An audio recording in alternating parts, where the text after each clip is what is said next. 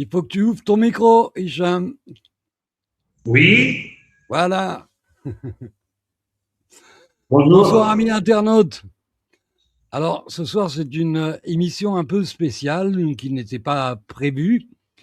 J'ai eu Hicham au téléphone il y a quelques jours qui me disait qu'il avait envie qu'on fasse une émission ensemble.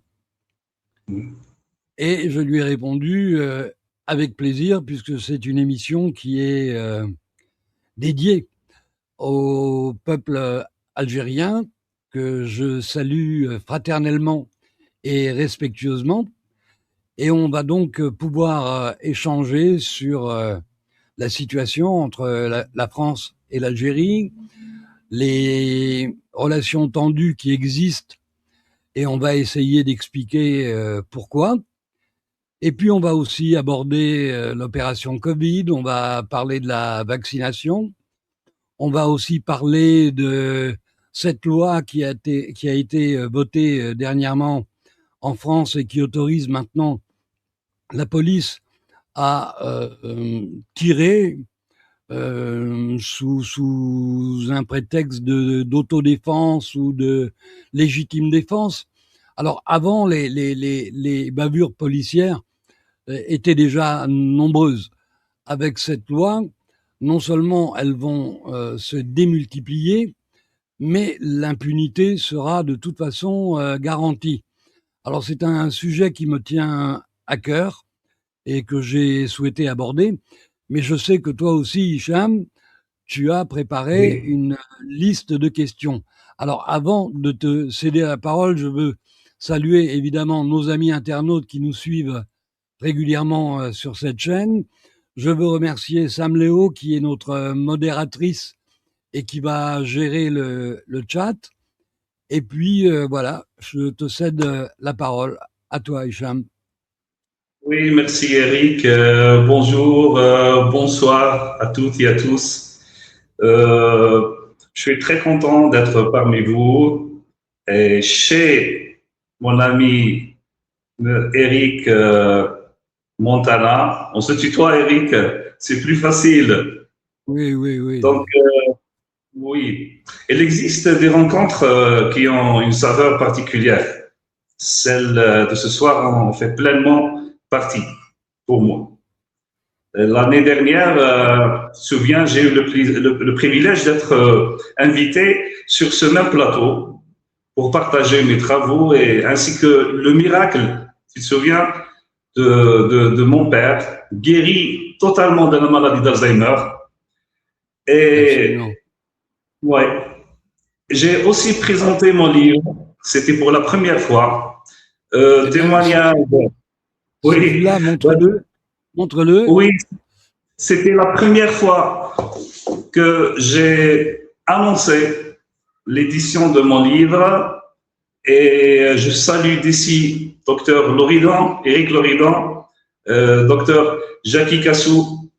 Mais ce jour, cette fois-ci, on ne va pas me poser des questions, c'est le contraire. On va inverser un peu les rôles. C'est moi qui prendrai peut-être, et après votre permission, le temps de cette émission, la parole, autant que nouveau journaliste.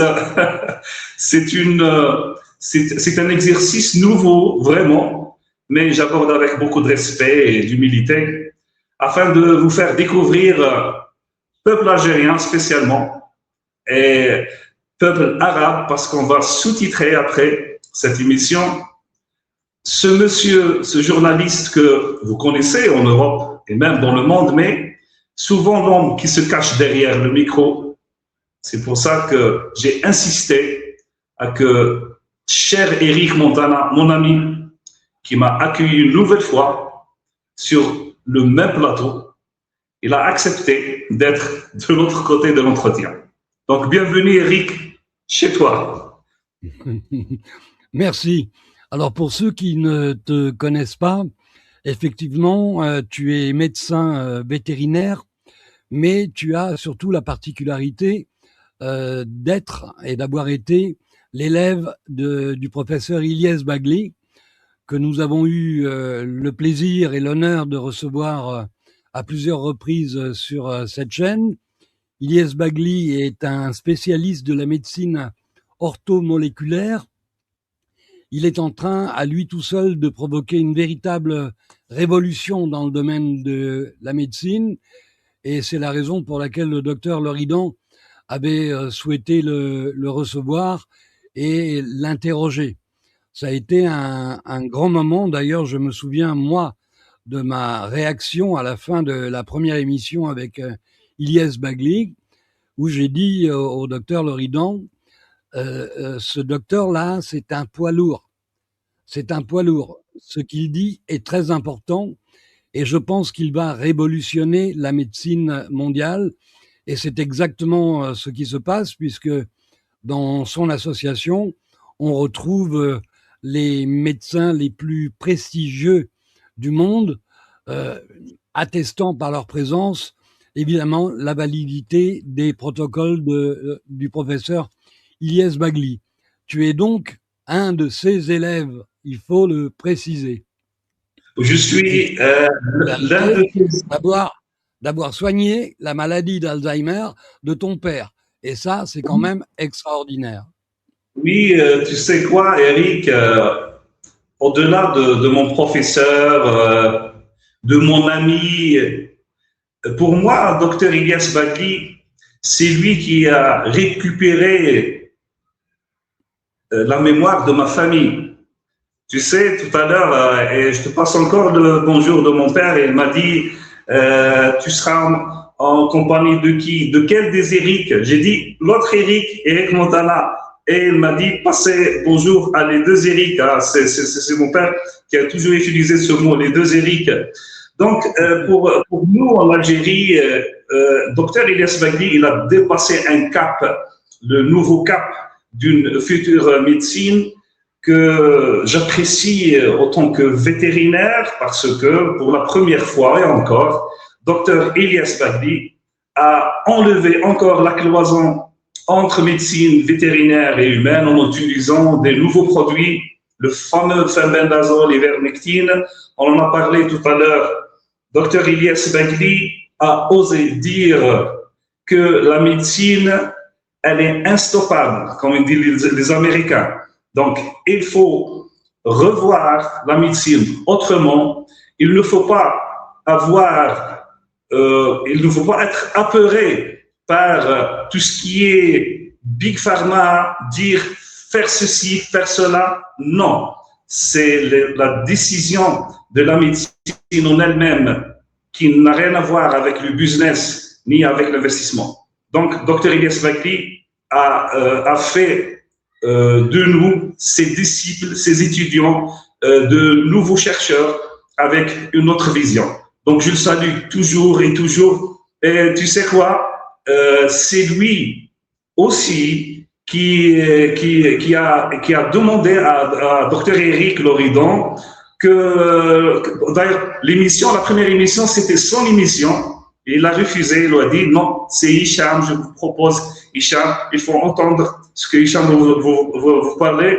Et effectivement, donc, Dr Ilyes Bagli nous a permis de vous revoir tout sous son égide. Voilà. On le salue fraternellement. Oui. Eric, est-ce que tu permets maintenant qu'on passe à un petit interview parce que je t'ai préparé pas mal de questions, mais au premier, vraiment, pour moi et pour tout le monde, hein, qui est sincèrement Eric au-delà du journalisme? L'homme. Parce que vraiment, les gens sur Internet, même tes amis, hein, et ils connaissent Eric le journaliste, mais qui est Eric réellement? Raconte-nous un peu de toi. Je me souviens d'avoir eu une fois une discussion avec l'ancienne responsable de l'information de France Télévisions, Oui. qui lisait mes articles, mes posts sur les réseaux sociaux, et qui m'a dit un jour, Eric, arrête de dire que tu es un ancien journaliste. Et moi, je disais oui, c'est la vérité, je n'exerce plus professionnellement. Et elle m'a dit, mais ça n'a aucune importance. Un journaliste reste journaliste jusqu'à sa mort. Donc arrête de dire que tu es un ancien journaliste. Et c'est vrai que par instinct, par réflexe professionnel, je fonctionne encore aujourd'hui comme un journaliste. Mais en dehors d'être un journaliste, qui je suis? Je suis un être humain. Je ne suis pas attaché, je n'ai pas la notion de patrie.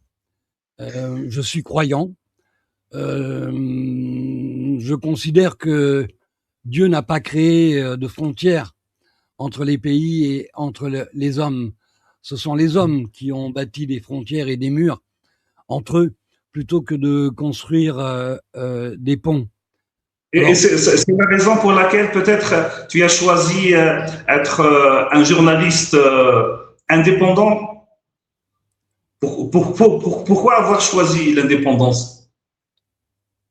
parce que l'information chez nous, et pas seulement chez nous, mais dans l'ensemble de l'Occident, est un outil de manipulation de l'opinion publique au service des gouvernements.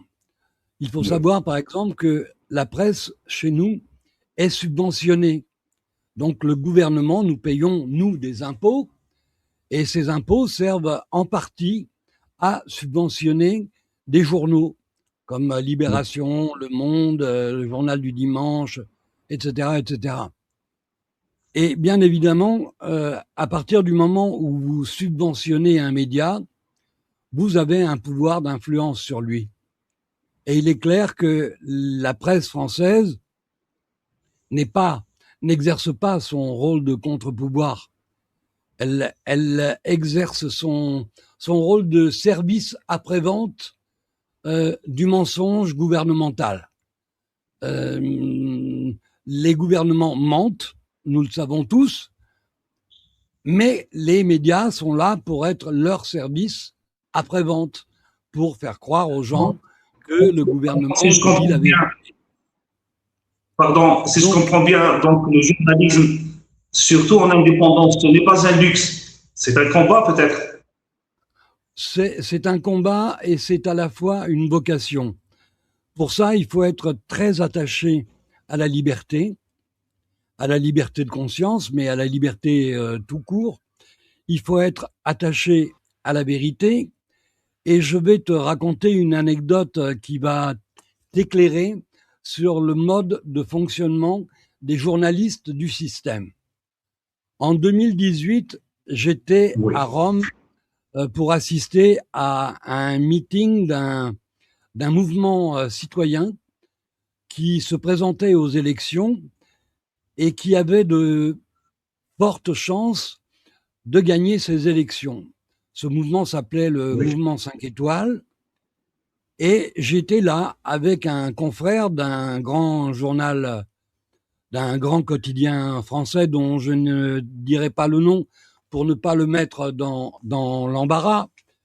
Mais j'ai assisté, moi, au plus grand meeting de ma vie. J'avais rarement vu une telle concentration de gens assister à un meeting politique, alors que tous les autres partis ne pouvaient pas organiser de meeting parce qu'ils prenaient des tomates sur la figure. Mais le mouvement 5 étoiles réunissait des dizaines et des dizaines de milliers de gens à chaque fois qu'il faisait un meeting. Et 3 jours plus tard, j'ai lu le compte-rendu de mon confrère sur ce meeting électoral qui était un véritable succès. On n'avait jamais vu autant de monde assister à un meeting électoral. Alors, le mouvement 5 étoiles est un mouvement apolitique. Il n'est ni de droite ni de gauche, mais il menace le système et donc il est décrit par les médias comme un mouvement d'extrême droite, comme un mouvement radical, comme un mouvement raciste, comme un mouvement antisémite, alors qu'en réalité, c'est un mouvement qui regroupe des gens qui sont dégoûtés et écœurés par la politique et qui ont décidé de se tourner vers un mouvement citoyen en disant peut-être que les citoyens seront plus honnêtes que les professionnels de la politique. Mais cet article qu'a publié mon confrère, dans cet article, il expliquait que c'était un meeting avec quelques milliers de gens, alors qu'au bas mot, il y avait 500 000 personnes sur cette place. Et Oui. lui a dit qu'il y avait à peine quelques milliers de personnes et que ce mouvement populiste, raciste, ne convainc pas grand monde. Oui. Et je l'ai eu au téléphone quelques jours après en lui disant, mais dis-moi, on était ensemble sur la place là. On a vu la même chose, toi et moi. Tu as déjà vu dans ta vie un meeting politique réunir autant de gens que nous l'avons vu, toi et moi? Il me dit, oui, c'est vrai. Je lui dis, alors pourquoi tu as écrit exactement le contraire de la vérité? Et il m'a répondu, oh Eric, c'est pas à toi que je vais apprendre la vie. Moi, tu comprends. Donc, donc c'était à partir de ce moment. Moi, font mon virement à la fin du mois.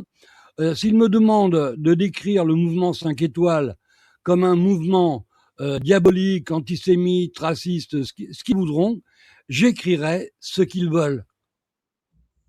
Je lui dis, et ça ne te pose aucun problème.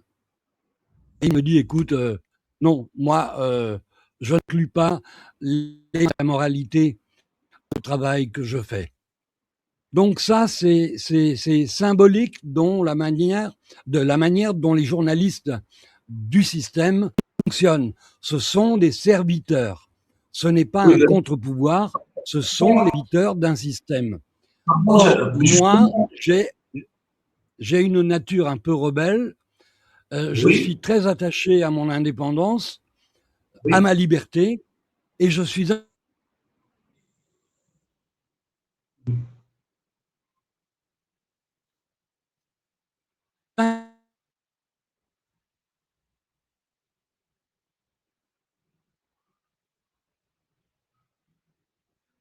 incapable, je suis bloqué. Justement, Eric, donc, à ton avis, la liberté a-t-elle Est-ce un prix? que vous nous voyez?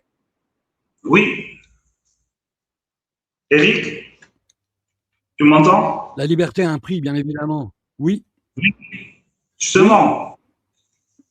As-tu payé, toi, un prix?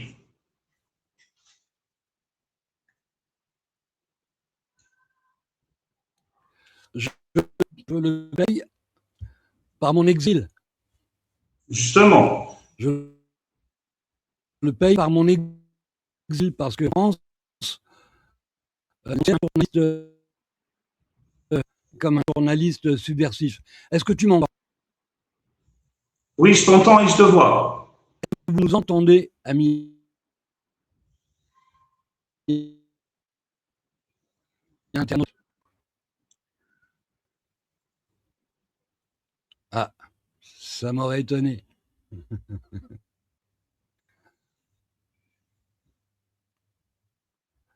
Je ne sais pas si on est en ligne, si on est en Oui, direct ou pas. Est-ce que tu... direct. Oui, je t'entends, je t'entends.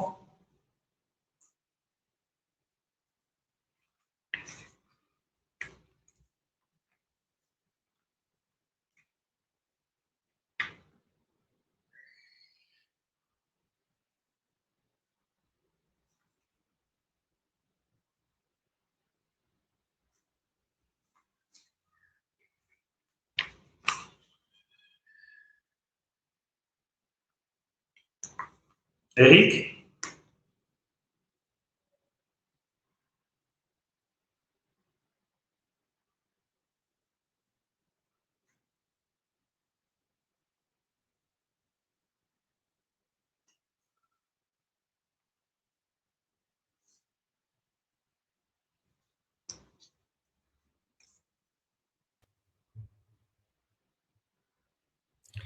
Est-ce que tu m'entends, Hicham?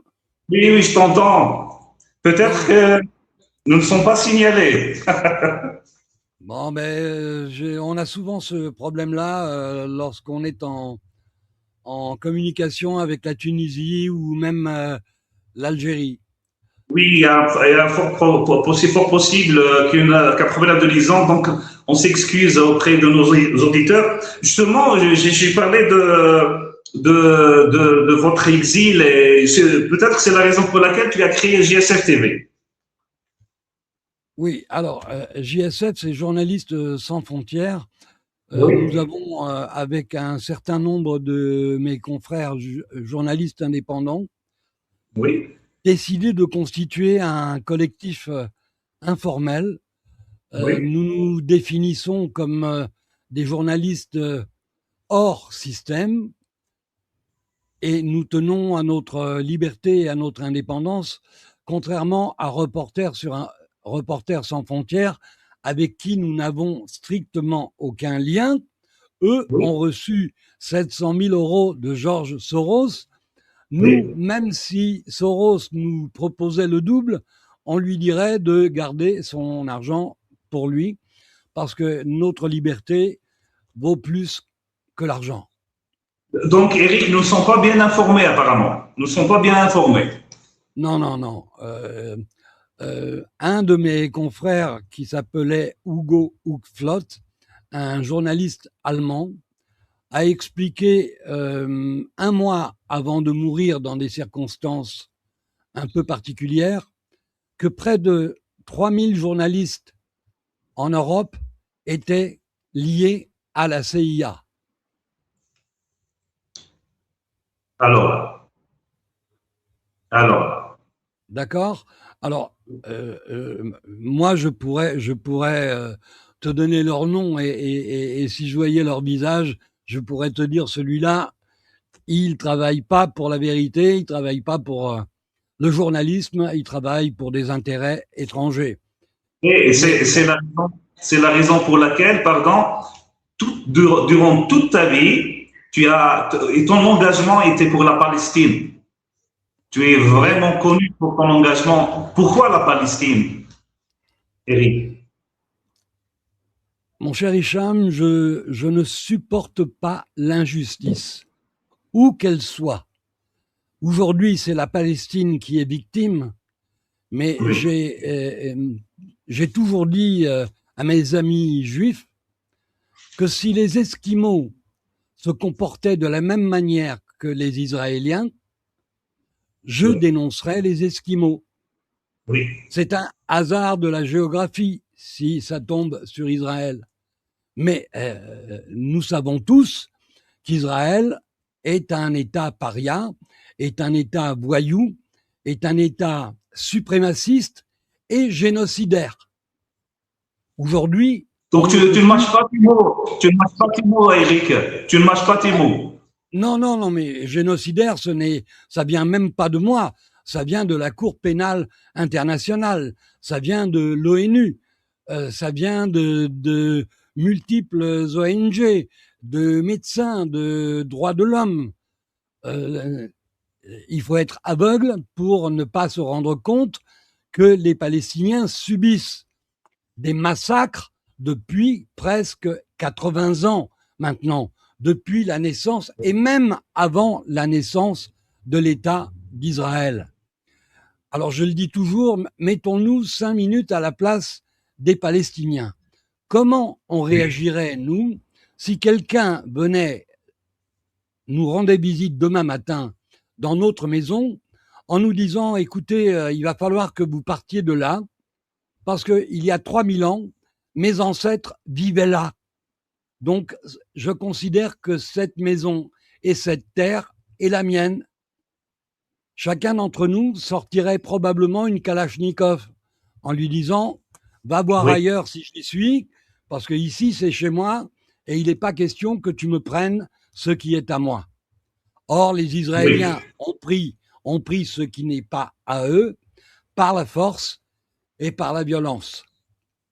Et puis par ailleurs, j'ai été parrain d'un d'un enfant palestinien qui avait 12 ans, qui s'appelait Mahmoud, qui était un môme d'une intelligence incroyable. Et je ne devrais pas le dire, mais à l'époque, j'envoyais un peu d'argent à sa famille pour leur permettre de payer les frais scolaires de leur enfant. Et je m'étais tellement attaché à ce môme que il rêvait d'être comme moi, journaliste. Et je lui avais promis de le faire venir un jour à Paris. Tu l'as pas encore rencontré? Et non, je ne l'ai pas encore rencontré, je ne le rencontrerai jamais, parce que un jour, l'armée israélienne a tiré un obus de char sur sa maison, où il était avec sa grand-mère, ses parents et sa sœur n'étaient pas là, et il était tout seul avec sa grand-mère, et la maison a été détruite, et le plafond de la maison, d'après ce qui m'a été expliqué, s'est effondré sur eux deux et les a complètement écrasés. Donc, on a retrouvé qu'une une masse de chair, d'os et de sang. Et donc, les Israéliens ont tué cet enfant qui était mon parrain, si j'ose dire. Je m'occupais de lui comme un fils. C'est ton enfant. C'est ton enfant Voilà. En plus. Toutes mes condoléances, cher Eric, toutes mes condoléances, moi aussi. Alors évidemment, c'est un épisode de ma vie qui est resté dans ma mémoire. Et je dois le dire, que Dieu me pardonne. Moi, j'ai encore du mal à pardonner et à oublier. Parce que aujourd'hui, nous savons que tuer des enfants, c'est quand même l'activité préférée des Israéliens, de l'armée israélienne, mais pas seulement de l'armée israélienne, des colons fanatiques qui sont en ce moment en train de semer le chaos en Cisjordanie, où il n'y a pas de Hamas, hein, Oui. mais où la colonisation, l'expropriation, la violence est à l'œuvre, protégée par la plus grande puissance militaire du monde, c'est-à-dire l'Amérique. Et même, un peu moins depuis quelques semaines, parce que les Français, comme je parle du gouvernement, commencent à comprendre que tôt ou tard, leur responsabilité, sa responsabilité, sera recherchée dans la complicité de ce génocide. Aussi bien le Royaume-Uni que la France, que l'Allemagne, que l'Italie, que les États-Unis sont complices du génocide palestinien. Or, je te l'ai dit tout à l'heure hors antenne, avant de mourir, je voudrais voir le peuple palestinien retrouver ses droits légitimes. C'est tout ce que je demande à Dieu, et d'envoyer en prison les responsables de l'opération Covid, qui constitue le plus grand crime contre l'humanité que des gouvernements complices puissent commettre. Ce sont mes deux demandes à Dieu. Avant de partir, je voudrais voir le peuple palestinien retrouver ses droits, et je voudrais voir les responsables de l'opération Covid sous les barreaux. Je pourrais mourir à ce moment-là en paix. On les verra tous, Inch'Allah, avec toi. Louis-Marie, il ne s'agit pas de pitié. Louis-Marie, vous avez vraiment l'esprit tordu. À chaque fois, à chaque émission, vos commentaires sont déplacés et inconvenants. Il ne s'agit pas de pitié, il s'agit d'humanité. Vous comprenez ce que c'est, l'humanité? Pardon. C'est pas grave. Eric, tu nous as parlé de ce Covid. Et tu as un livre disponible sur Amazon et encore édité en Tunisie. C'est quel titre, Eric? Ben, écoute, je vais te le montrer. Comme je le dis toujours, je ne sais pas me vendre moi-même. Je suis trop pudique pour ça. Je n'ai d'ailleurs même pas sollicité mes confrères des médias indépendants pour qu'il fasse un peu de promotion, un peu de publicité pour mon livre. Je suis trop unique pour ça, mais j'ai écrit un bouquin qui s'appelle Opération Covid, une conspiration criminelle. Et ce livre m'a permis à moi de recevoir l'Humanity Award et a permis au docteur Olivier Soulier, qui était un médecin, un vrai médecin, un médecin d'Hippocrate, Oui. avec qui je partageais exactement la même analyse. Il fait partie des médecins qui ont attesté et démontré que l'opération Covid était une opération criminelle. Et nous avons obtenu ce prix conjointement. Nous sommes les deux seuls Français qui avons été sélectionnés avec des scientifiques britanniques, allemands. Cette organisation non gouvernementale, bon, dont le président est Joseph Tréteau, c'est ça? C'est ça, oui. Oui. Donc, ils sont en relation avec l'ONU et l'UNESCO encore. Ils fonctionnent dans le cadre de l'UNESCO et de l'ONU. C'est l'Académie mondiale des sciences et technologies biomédicales. C'est la plus grande communauté scientifique et médicale au monde qui regroupe beaucoup de scientifiques et de médecins de très haut niveau. Et d'ailleurs, à ce propos, je dois te dire, mon cher Hicham, qu'avec le docteur Loridan, nous avons reçu beaucoup de médecins, beaucoup de scientifiques, beaucoup de personnalités, d'intellectuels, d'avocats, et on a posé la même question à tous nos invités par rapport à la campagne d'injection. Et la question était, est-ce qu'à votre avis, nous sommes dans le cadre d'une conspiration criminelle? Et 100% d'entre eux ont dit oui, l'opération Covid est une conspiration criminelle. Le résultat de la campagne d'injection, on la connaît tous, des millions et des millions de morts. Le professeur Tréteau affirme que le nombre de décès est sous-évalué, que les décès dus à la vaccination sont masqués, ne sont pas déclarés officiellement.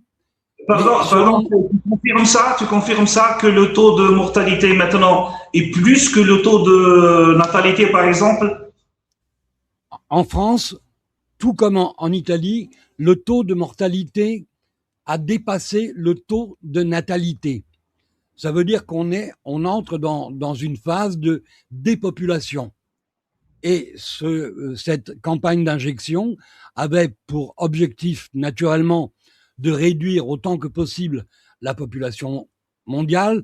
Je rappelle, pour ceux qui ne le sauraient pas, que Bill Gates, dans les années 2010-2015, avait déclaré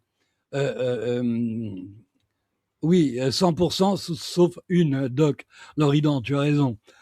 Tout le monde la connaît, celle qui disait que ce sont des apprentis sorciers. Je viens de perdre le fil, là, Doc, bravo. Hicham, voyons si tu suis, qu'est-ce que je disais? Eh bien, tu parlais du taux de mortalité qui a dépassé le taux de natalité, surtout en France et en Italie. Voilà. Alors l'objectif, c'était de réduire la population mondiale. D'ailleurs, Bill Gates l'avait déclaré publiquement en disant, si nous faisons un bon travail avec les vaccins, nous pourrons réduire la population mondiale de 10 à 15%. Alors quand vous avez un tel individu qui vient encourager les gouvernements et les populations à se faire vacciner, il faut être soit stupide, soit particulièrement naïf de faire confiance à un tel criminel.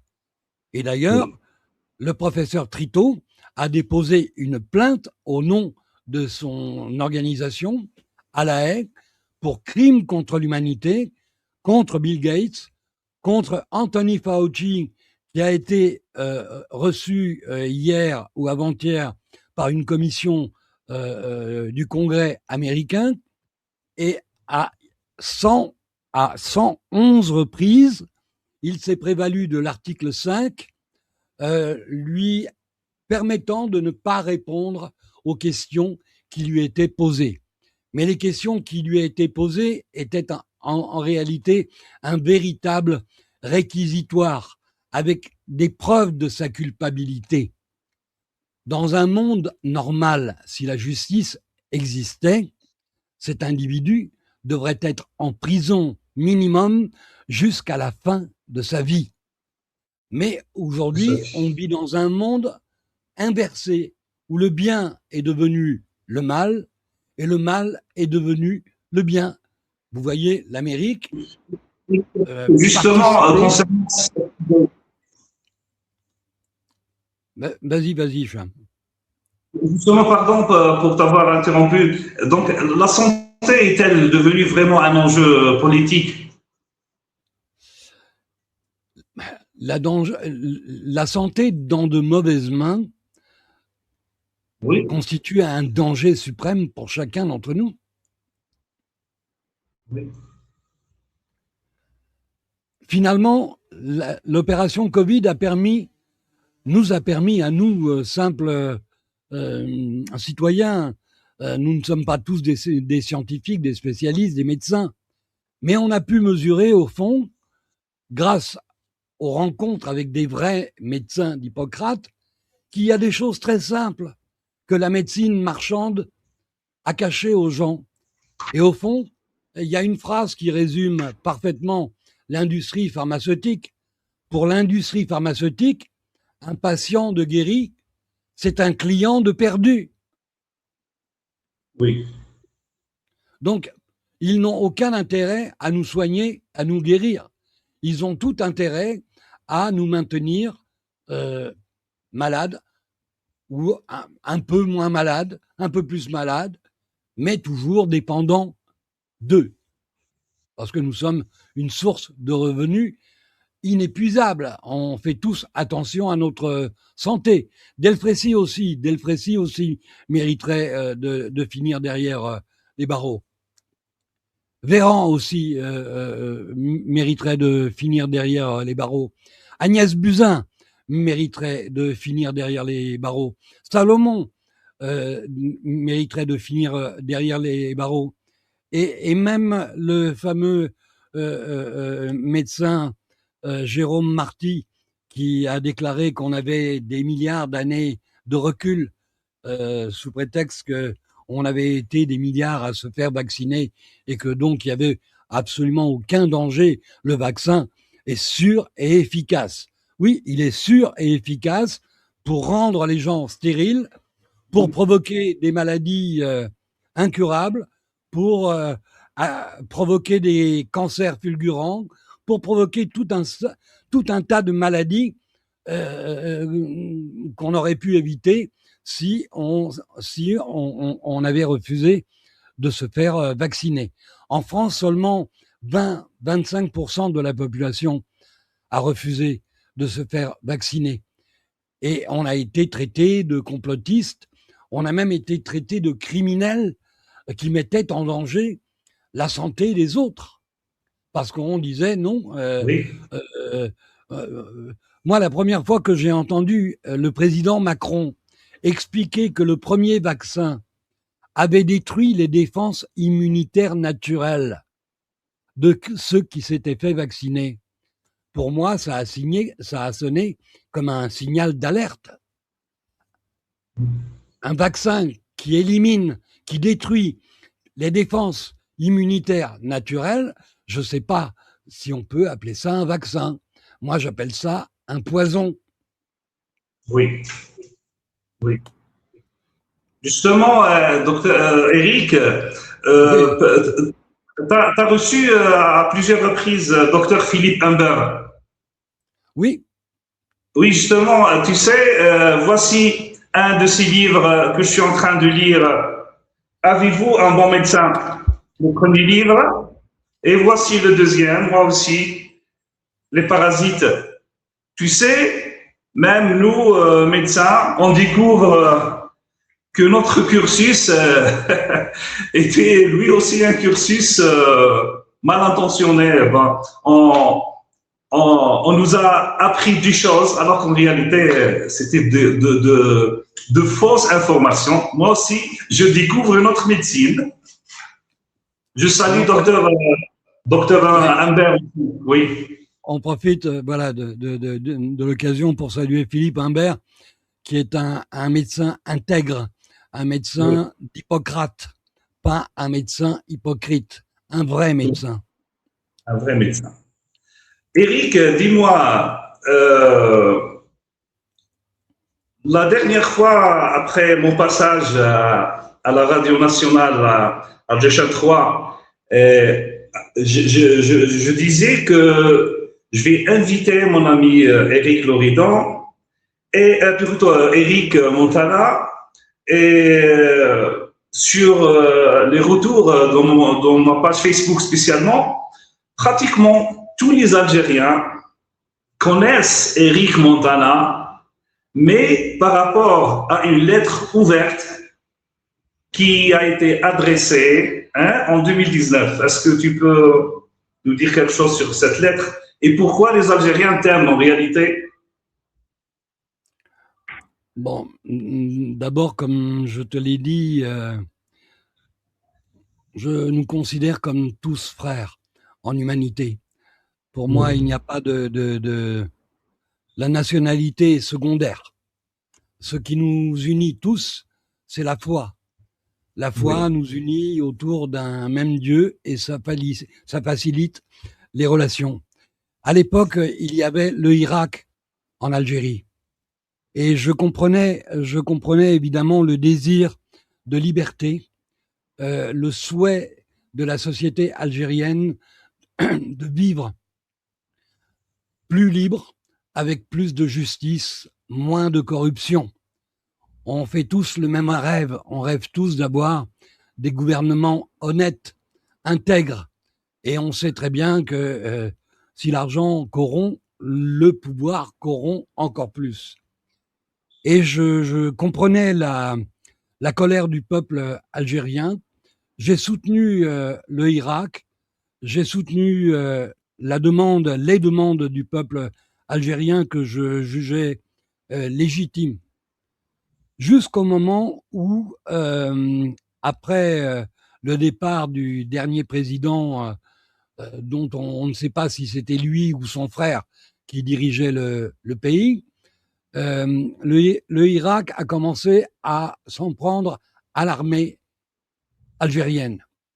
Et là, j'ai voulu alerter mes frères d'Algérie en leur disant, écoutez, je comprends votre besoin de vivre dans une vraie démocratie. Je comprends votre désir de justice, de vérité. Mais si vous détruisez l'armée, dans moins d'un mois, l'Algérie deviendra un territoire occupé par le sionisme. Et j'ai précisé aussi, ne nous prenez pas, nous Français, comme exemple, parce que nous ne sommes ni une démocratie, ni un État de droit. Les Français commencent à s'en rendre compte en ce moment, peut-être un peu plus lourdement qu'avant. Chez nous, il n'y a pas d'État de droit. Nous ne sommes pas une vraie démocratie. Nous sommes des comédiens qui faisons semblant d'être attachés aux droits de l'homme, au respect des droits de l'homme.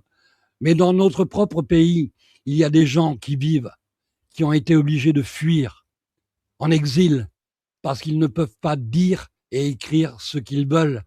Je ne suis pas le seul. Et il y en a de bien plus célèbres que moi. Alain Soral a été obligé de quitter la France et a été obligé de quitter la Suisse parce que même en Suisse, les mêmes ennemis le poursuivent. Dieudonné, qui est un humoriste. Oui, elle a été toujours. Il y a quelques jours, une femme, je vais pas la décrire physiquement, mais Barbara Bush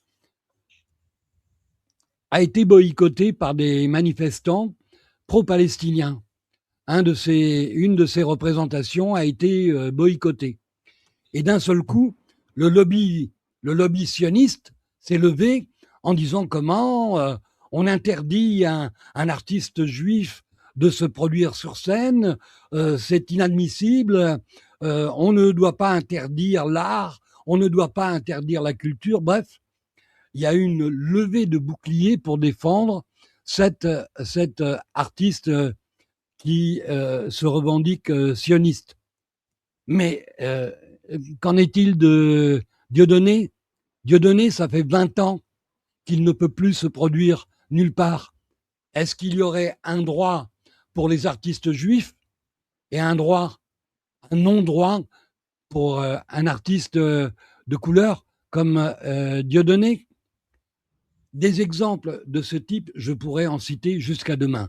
Nous ne sommes ni une démocratie, ni un État de droit. Je vais essayer de rester prudent pour ne pas te mettre dans l'embarras. Mais tout à l'heure, je t'expliquerai et j'expliquerai à nos amis algériens pourquoi la position de la France est hostile vis-à-vis de l'Algérie. Et vous allez tout comprendre. Donc la France est un mauvais exemple. Il ne faut pas nous prendre pour exemple pour dire nous voulons devenir une vraie démocratie. Eh bien la France n'est pas une vraie démocratie. En France, l'hiver, les sans-abri meurent dans l'indifférence totale sur les trottoirs de nos villes. Et ça n'émeut personne. Justement. En France, il y a un 2 poids, 2 mesures permanent en fonction de ton origine, de la couleur de ta peau, de ta religion. Tu peux être considéré comme un terroriste et être emprisonné à tort parce que tu n'es pas de la bonne religion, parce que tu n'es pas de la bonne origine. Et ça, pour un homme attaché à la justice, c'est insupportable. Oui, justement, tu m'as parlé tout à l'heure d'une nouvelle loi en France concernant les territoires perdus. Les territoires perdus de la République et les zones de non-droit. Mais je pense, je vais faire découvrir à nos amis internautes une déclaration. Voilà. On appelle ça un permis de tuer en toute légalité pour la police. Alors, écoute. Sur un de nous, ça sera considéré comme étant un tir légal. Vous l'avez entendu, les Républicains reviennent donc sur l'un de leurs sujets de prédilection, la présomption de légitime défense des policiers et des gendarmes. Ce que je réclame, c'est la présomption de légitime défense pour les policiers. La difficulté avec cette loi, c'est qu'elle vient dire aux gendarmes et aux policiers, en cas de doute, tirez. La police ne tue pas, comme la ceinture de sécurité ne tue pas. On ne peut pas en fait laisser passer cette loi et après dire « je ne savais pas ». Swell, ce jeune de 19 ans, tué par la police alors qu'il a refusé d'un contrôle routier. C'est derrière l'État qui a pris la vie d'un des nôtres, notre enfant, dans mon cas, mon neveu. L'institution policière tuerait. Est-ce qu'il est normal, par exemple, qu'un policier soit placé en garde à vue comme l'est un vulgaire délinquant ? Ces morts ont tous la même couleur, ont tous le même niveau social. Le moment est venu pour la France de s'attaquer sérieusement aux problèmes profonds du racisme et de la discrimination raciale parmi les forces de l'ordre. Quand on tue, par principe, on est responsable. Avec cette proposition de loi, pour les policiers, on vient dire par principe, ils ne sont pas responsables. L'État est garant de notre vie. Donc en fait, cette loi a été mise à l'ordre. Louis-Marie, quand le sage montre la lune, les imbéciles regardent le doigt. Oui. Pardon. Du jour par le gouvernement et donc il se défausse de ce droit à la vie. Je m'appelle Margot Pugliese, je suis avocate pénaliste et j'interviens pour le compte d'une association qui s'appelle Flagrant Déni et qui lutte contre les violences d'État et les violences policières. Je m'appelle Samia El-Khalfaoui, je suis la tante de Souheila El-Khalfaoui qui a été abattue par la police le 4 août 2021 dans le quartier de la Belle de Mai à Marseille.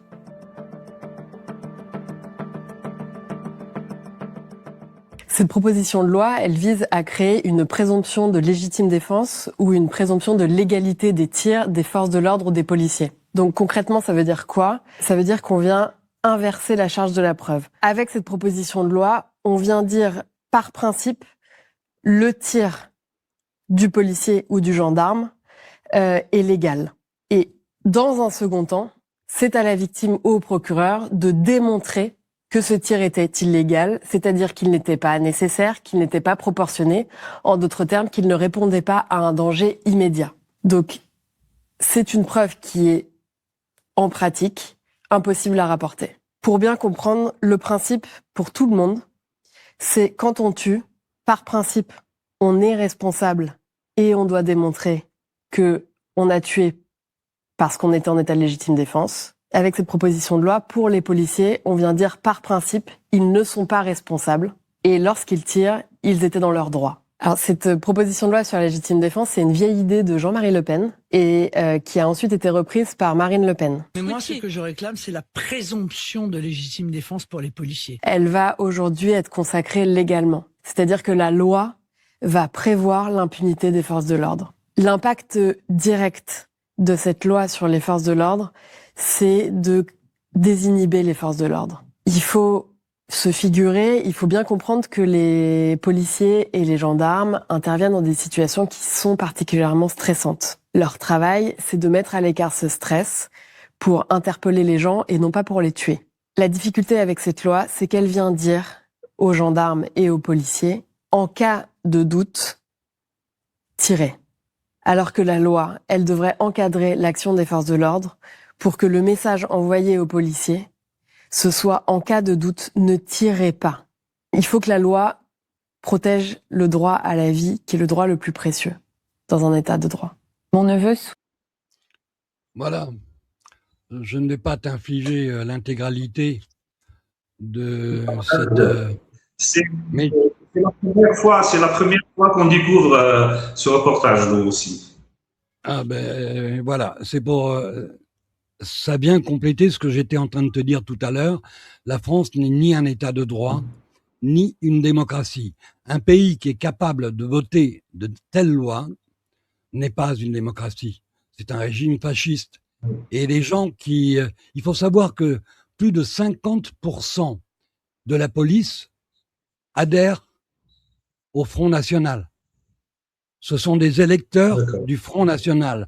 Un mouvement politique qui est raciste, antisémite, mais qui aujourd'hui est devenu l'instrument du pouvoir sioniste qui a organisé une OPA sur le mouvement et qui a fait de ce mouvement un mouvement sioniste qui supporte et qui encourage le génocide palestinien. Alors, les naïfs qui pensent que le Front National va résoudre tous leurs problèmes ne savent pas que le Front National va leur mettre la corde autour du cou et que le Front National sera probablement le régime le plus répressif que la France aura connu. Mais peut-être que les Français ont besoin de vivre une telle expérience avant de comprendre leur douleur, parce que ils ont du mal à comprendre que la politique n'est pas la solution à leurs problèmes, puisque la politique est le problème. Mais ils continuent à croire que la droite ou la gauche ou le centre ou un autre parti détient la solution à leurs problèmes. Et là, en l'occurrence, l'extrême droite, si l'extrême droite arrive au pouvoir en France, ce sera le début de la guerre civile, parce que l'extrême droite va commencer par faire le ménage au Karcher, comme disait Sarkozy, en parlant des habitants des banlieues qu'il traitait de racailles. Eh bien, le Front National, lui, ne va pas se gêner pour aller rétablir l'ordre, entre guillemets, dans les banlieues, là où sont concentrés les Noirs et les Arabes. Finalement, Eric, le temps passe vite. Je pense qu'il nous reste quelques minutes seulement. Je te remercie vraiment, vraiment de cette échappée de ce vendredi soir. Et avant de terminer, je voudrais partager quelque chose peut-être qu'il va aider nos auditeurs, nos suiveurs partout dans le monde. C'est gratuit, c'est facile. Eric, tu confirmes que tout à l'heure, peut-être je ne pouvais pas faire cette interview parce que j'étais piqué par une guêpe. Oui, Et, oui. et tu vois que Oui, oui. j'ai pas de problème. Pourquoi? Parce que j'ai pratiqué le sujoc dans ma Si tu main. veux bien, si tu veux bien, Oui. on se garde ça pour la fin de l'émission parce que ça Oui. peut être utile à plein de Oui. gens. Hein. Il nous arrive à tous de se faire piquer par des guêpes. Ça m'est arrivé il y a pas longtemps. Et toi, Oui. tu as été piqué sous l'œil tout à l'heure, donc avant Oui. le début de l'émission, et tu m'as expliqué comment tu as évité d'avoir l'œil qui a gonflé comme Complet. ça par Et vous acupression. savez, j'ai pas de problème. Voilà, tu vas Oui. l'expliquer. Tu vas l'expliquer à nos amis internautes tout de suite après. Mais il y a un point que je voulais évoquer absolument. Je souhaiterais informer nos amis d'Algérie que si la France adopte en ce moment une attitude hostile à l'égard de l'Algérie, c'est à cause de la position de l'Algérie vis-à-vis de la Palestine. Il faut savoir que la France est un pays sous occupation sioniste. Les sionistes détiennent tous les pouvoirs. Et le premier à le reconnaître, ça a été le président Macron qui a déclaré publiquement « Je suis la couverture de Rothschild ». C'est-à-dire que le vrai président de la France, c'est Rothschild, c'est pas Macron. Et Macron l'a reconnu et l'a déclaré publiquement. Et quand on regarde notre pays, en ce moment, c'est insupportable. Des gens qui dénoncent le génocide palestinien sont inquiétés par la justice. Ils sont traînés devant les tribunaux. Alors que ceux qui applaudissent et qui approuvent le génocide, eux ne risquent absolument rien. Au contraire, on les félicite. Alors nous avons une classe politique qui est parmi... On n'est pas loin des Américains. Les Américains appartiennent tous à l'AIPAC, que ce soit les démocrates et les républicains. Ils sont corrompus par une organisation sioniste. Mais chez nous, on a exactement le même phénomène. C'est-à-dire que la France est capable d'assister au génocide palestinien tout en disant « mais Israël ne fait que se défendre ». Et puis, Israël a subi le 7 octobre, en oubliant que les Palestiniens, des 7 octobre, ils en vivent un par semaine depuis 80 ans. Or, c'est Israël qui pousse le gouvernement français à être hostile à l'Algérie à cause de sa position en faveur de la Palestine. Il n'y a rien d'autre que cela, parce que normalement, nos deux pays ont tellement de liens. La communauté algérienne est la communauté immigrée la plus importante en France. C'est 600 000 familles mixtes algéro-françaises. 600 000. Voilà. Voilà. Et puis, on a une longue histoire commune, tumultueuse, c'est vrai.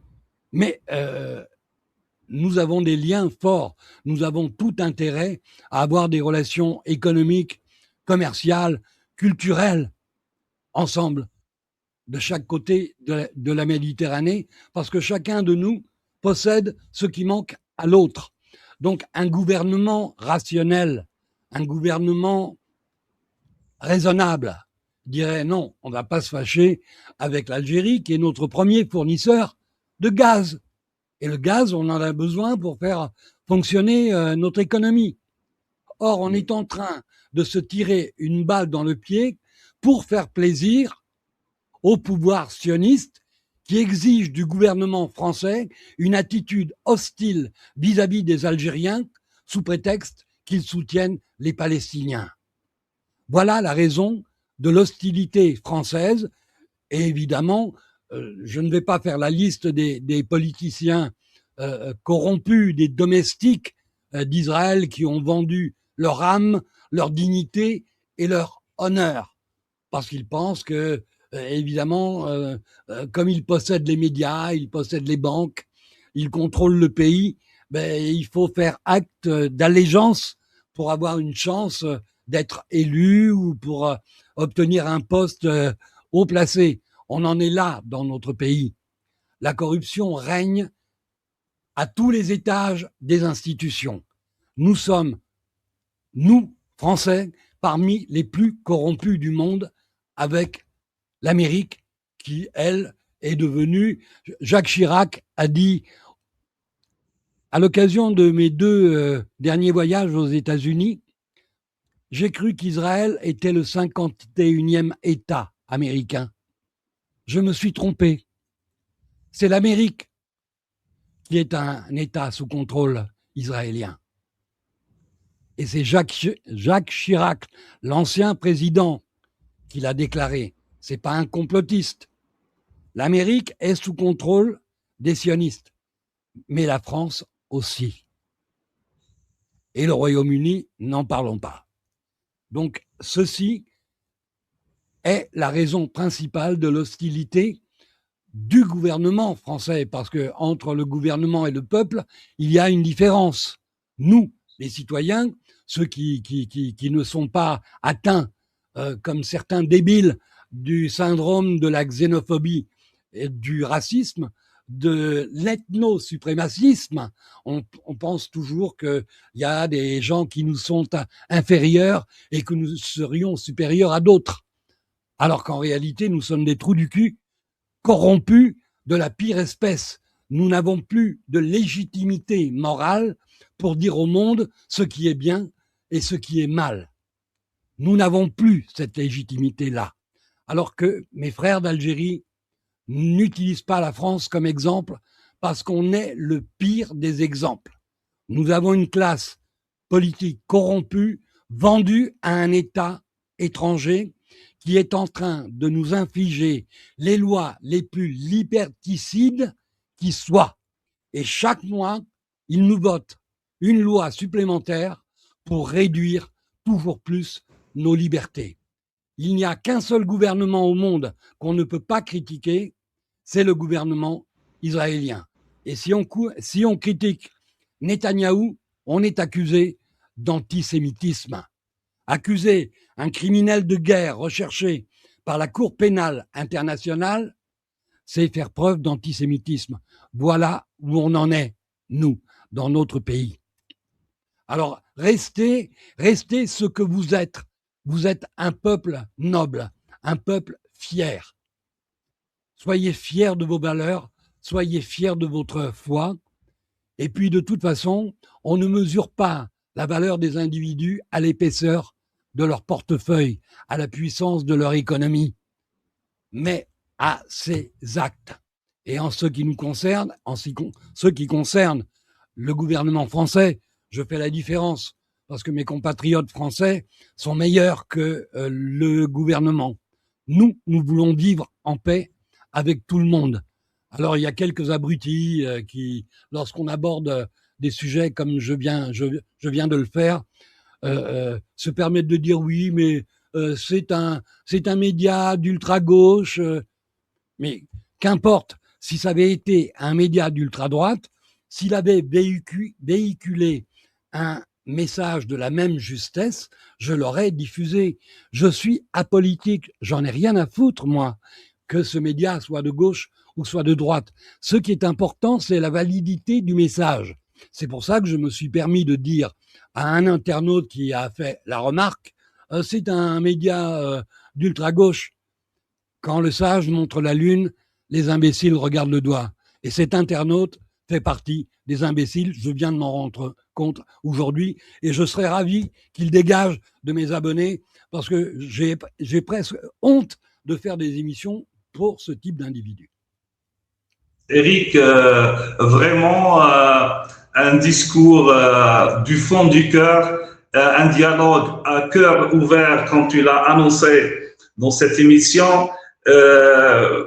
Tu me l'as dit tout à l'heure que ton meilleur pote, ton meilleur ami, c'est un ami de Mostaganem, c'est un Algérien.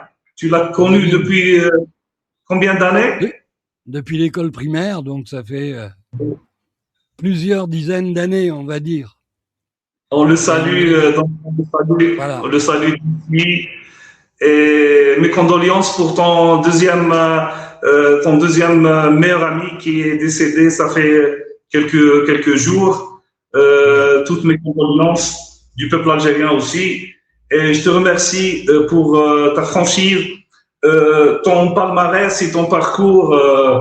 Vraiment, c'est un modèle. J'ai insisté pour cette interview. Pour moi, elle est historique. Pourquoi? Parce que dans le média, j'espère un jour cette interview sera une référence pour nos enfants encore dans le futur, pour bien garder la ligne droite. À la fin, Eric, qu'est-ce que tu nous diras à la fin? Vous êtes un peuple révolutionnaire. Je suis admiratif parce que je sais que vous soutenez les peuples opprimés, quels qu'ils soient et où qu'ils soient. Et c'est pour ça que Dieu est bon avec vous. Oui, merci pour cette belle intention, pour ce bon message de fin, et pour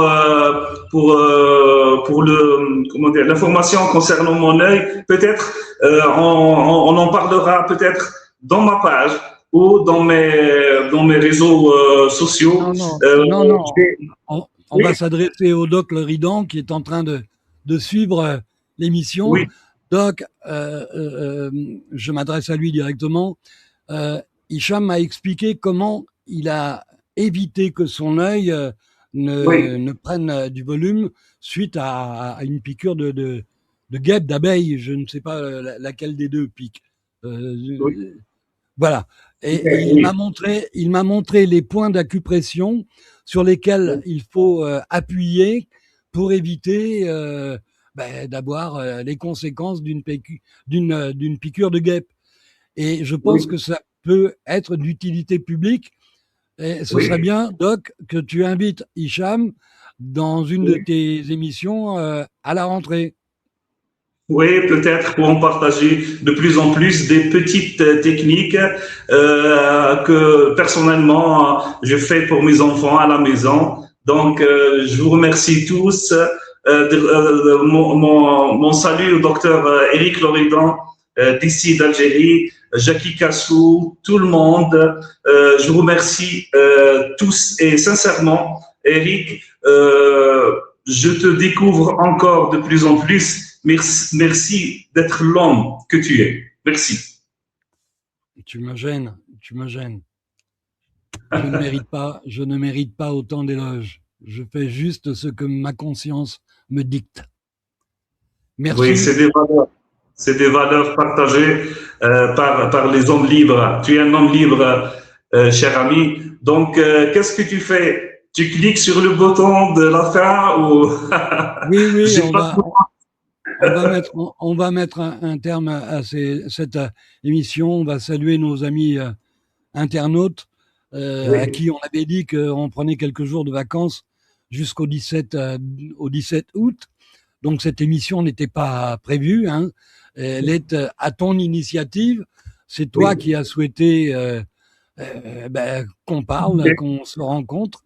Et je t'ai dit avec plaisir parce que c'est une occasion pour moi de m'adresser au peuple algérien et comme je te l'ai dit, j'ai des attaches très fortes avec ce pays que j'aime et que je respecte.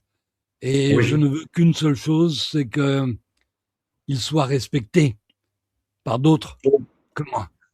Et justement, c'est un message, si tu me permets, en langue arabe, et je traduis. خوتي الجزائريين، هذا خوكم إريك. التعليق تاعكم اللي راح تعلقوا له باش تردوا كما نقولوا احنا التحيه لهذا الرجل الصحفي المحب للجزائر. Donc je disais, chers Algériens, c'est l'occasion de saluer encore en retour votre ami Eric Loridan qui vous aime beaucoup. Donc, j'attends à des commentaires en masse pour dire à l'Algérienne nos valeurs sont les mêmes.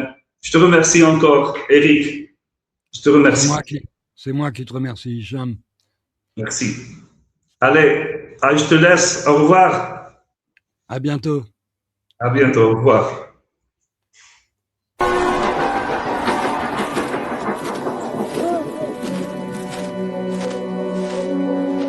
Long time ago.